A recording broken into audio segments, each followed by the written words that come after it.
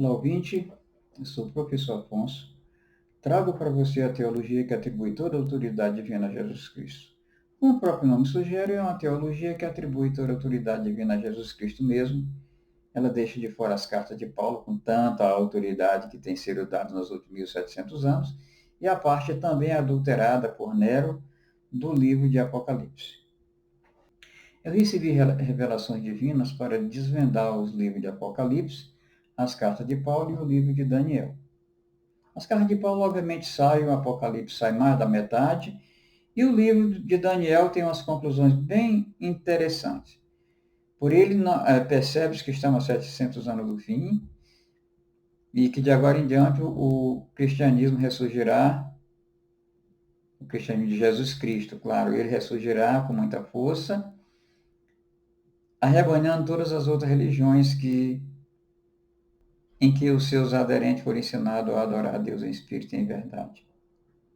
Isso que se chama de reconsagração do templo, coisa que deve acontecer daqui a 350 anos. Então, algumas pessoas podem dizer, gente, mas falta tanto tempo. Mas é a consolidação, vai começar agora. O cristianismo é dividido em 8 oitavas de 350 anos. Nós estamos entrando na sétima, entre a sétima e a oitava acontecerá a reconsagração do templo. Então, retirando da Bíblia o conteúdo editado por Nero, prepara a humanidade para esse evento. O Evangelho de Jesus Cristo, em João 11:52, diz que Jesus foi morto para reunir em um só corpo todos os filhos de Deus espalhados ao redor do mundo. Mas eu faço eu tenho a obrigação de fazer uma ressalva. Cuidado com a mediunidade. A primeira revelação que me foi dada foi para dizer que Santo Espírito não é lugar para mim. Creio que também não seja para você, porque lá tem um risco de você ser enganado por espíritos maus. Então, considera isso. Eu defendo a lei de Deus e o Evangelho de Jesus Cristo, por isso eu considero que essa causa também é sua, se é que você também defende. Peço que você deixe um like nesse vídeo, ative o sininho de notificações e se inscreva em meu canal. Nero teve um problema muito sério com os cristãos no período na época em que houve um incêndio muito grande em Roma. Ele atribuiu aos cristãos porque os romanos atribuíram a ele. Então ele moveu uma perseguição muito grave aos cristãos. Mas essa perseguição já estava marcada, profetizada em Daniel. Nero seria o arquiteto da Abominável da Desolação. A Abominável da Desolação é um personagem inventado por Nero com o rosto do apóstolo Paulo, com o corpo do Império Romano e com o espírito do maligno para se insurgir contra o príncipe dos príncipes, que é Jesus. E o que se vê hoje é que as cartas de Paulo, e o Paulo em si, é o personagem que nos dá qualquer informação que precisamos ter a respeito de Deus. Isso é um grande absurdo. Dizem que o Evangelho de Jesus Cristo são as cartas de Paulo, e que o Evangelho de Jesus Cristo não é o Evangelho de Jesus Cristo. Isso é um absurdo muito grande. Então, eu já disse para você que o objetivo desse Abominável da Desolação, essa obra de Nero, se insurgir contra os príncipes dos príncipes. Mas ele tem um lado muito maluco. O que diz Daniel em 8:25? Que o Abominável da Desolação, o Império Romano, destruirá muitos que nele confiarem e se insurgirá contra o príncipe dos príncipes. Apesar disso, ele será destruído, mas não pelo poder dos homens.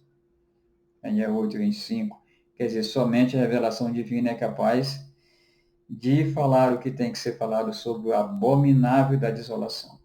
Então, Nero, ele quis realmente transformar os cristãos em criminosos.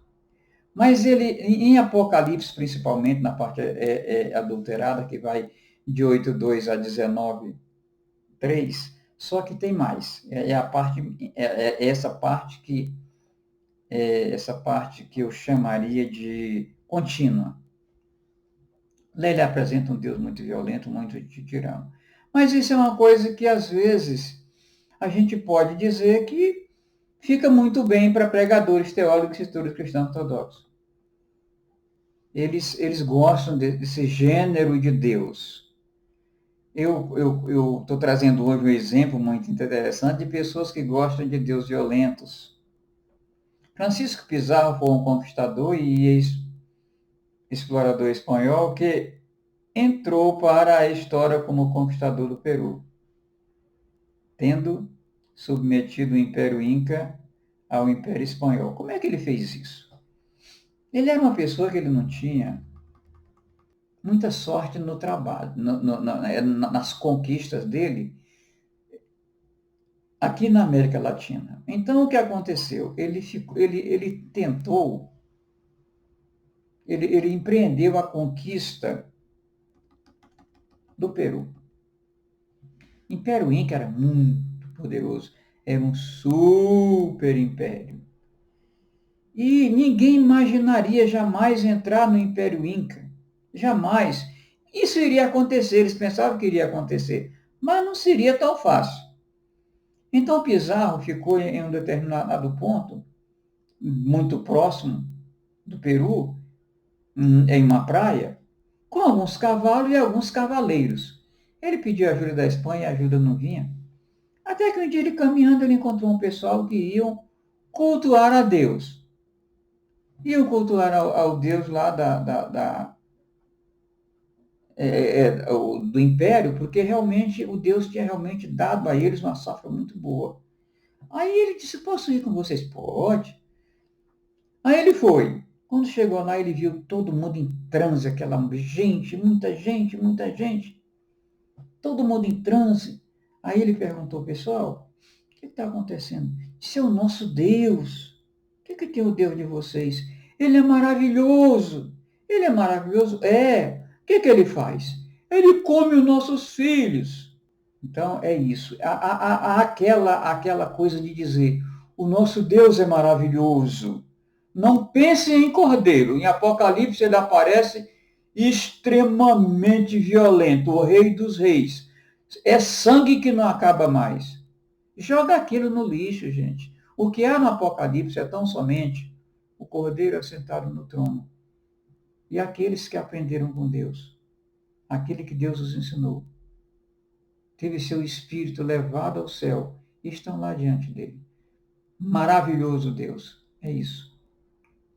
Toda aquela loucura, aquela violência que é apresentada em Apocalipse, jogue aquilo no lixo, como também todas as cartas do apóstolo Paulo.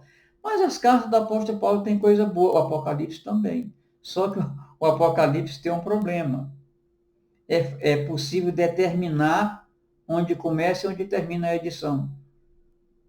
Paulo, eu não tenho mandato para deixar uma parte. Então vamos ao versículo de hoje, que é Romanos 6:20, que diz, quando vocês eram escravos do pecado, estavam livres da justiça.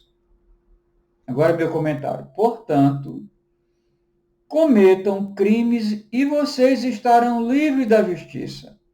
Este é o principal axioma de Nero.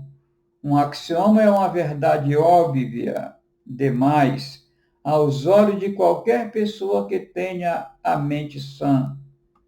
Com tal verdade, Nero está ensinando os cristãos que é muito vantajosa a prática do crime, assim na terra como no céu.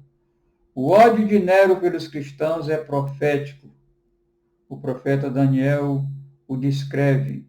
Por isso, Nero contratou sofistas e mestres do judaísmo para editar o livro de Apocalipse e para distorcer as cartas do apóstolo Paulo aos Romanos, 1 e 2 aos Coríntios e aos Gálatas. Gente, como é que diz que enquanto mais você transgredir, mais você está livre da justiça? Que ensino é esse, gente? E ninguém desconfia. Mas tem coisa boa nas cartas? Tem. A gente vai ver logo à frente, no capítulo 7, vai encontrar umas coisas lindas. E eu faço questão de comentar. Então, eu vou comentar tudo que é de bom nas cartas de Paulo? Claro que não. Eu não tenho mandato para deixá-los. É por lixo mesmo. Pelo menos é o que me foi dado.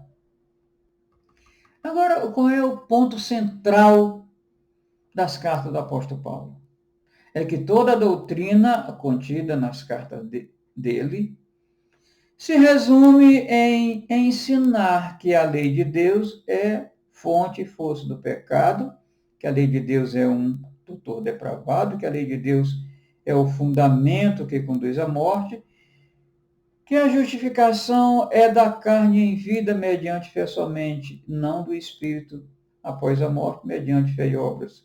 Tiago, Jesus e a Bíblia toda ensinam isso.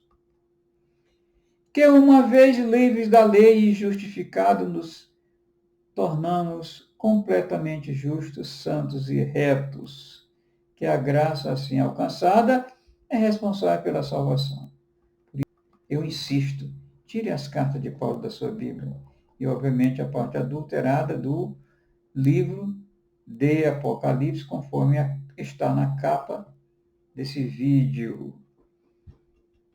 Como as pessoas acreditam, muita gente acredita, nos últimos 1.600 anos tem sido ensinado que Jesus está no céu, em carne e osso, comendo todos os dias, e há quem diga que ele come churrasco, ele gosta de churrasco. Isso é uma loucura.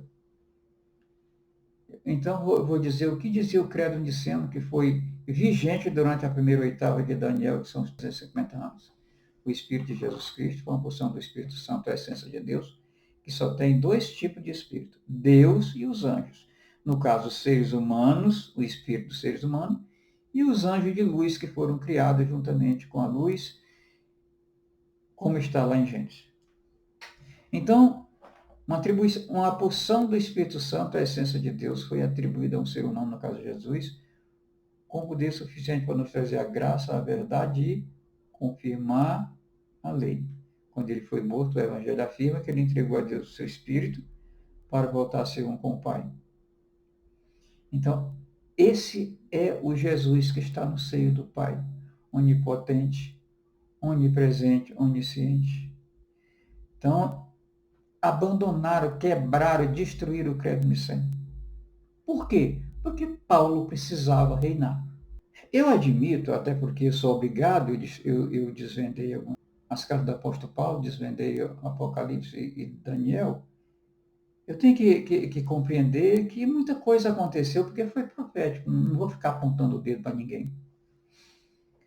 Agora tem uma experiência que ajuda você, quer dizer, é a única que ajuda você a compreender muita coisa. A experiência em que você adota a prática ético-religiosa de falar somente a verdade a todas as pessoas, em todos os contextos,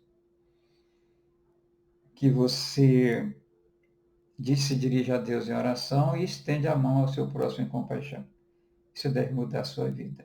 Espero que você adote o mais rápido possível, sem nenhuma falha, sem nenhuma adaptação.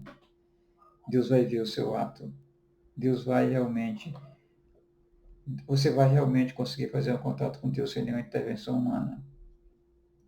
Esse projeto não é só meu, mas parece, porque ele é tão diferente de tudo que você já viu, mas não é. Eu tenho o objetivo de reconstruir um cristianismo mais verdadeiro, ético, socialmente responsável, mas não posso fazer isso sozinho. Deixa o meu e-mail na descrição do vídeo, para que se você quiser entrar em contato comigo para me ajudar nessa causa, para me apoiar. Muito obrigado por ter assistido esse vídeo até aqui e que Deus o abençoe.